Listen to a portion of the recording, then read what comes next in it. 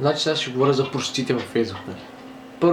Първо да ви кажа, нали, да не почнем да обсувате, че и моите статуси са нали, тъпи във Фейсбук. Нали, но поне аз си го признавам. Нали. Значи, виждал съм нали, хора да пишат, че са намерят примерно някой от село, някой попал на село, отишъл в Варна, в София, в Америка даже, в Индия, в Пакистан, в Китай. Ами знаеш колко ме вече си отишъл там бе, човек? Знаеш колко ме бе? Ама изобщо. По-аз някой пише, че отива от тренера, нали, за да съберат лайкове само, правят се такова на мускулести повече, такива прости, ами изобщо има и бе човек. За лайка ги правят такива, нали, и виждал съм после, нали, такова. Почват да питат такива тъпи въпроси, ники. Бях виждал даже, нали, че едно момиче си купило шоколад с лешници, а вътре излили фъстъци си.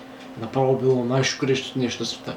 Не, човек, то на мен, ако ми излядат лешници, аз имам две, нали, все пак, но...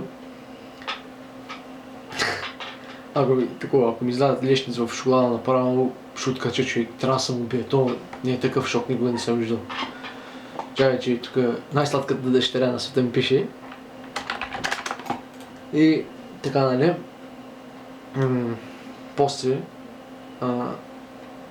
съм виждал, че почват да пишат, нали, примерно тези нали, хора, които пишат уж такива саннати статуси или такива, които имат някакъв смисъл, то ще пък се държат като най-големите идиоти, нали, на живо.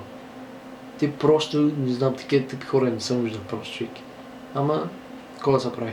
Такъв е живота. Примерно, после пишат, че в кафето имало кафе. Вау! Много интересно, човек. Много интересно. Направо не знам и аз. Ама, така си е човек. Какво да се прави? Правиш ме. Айде.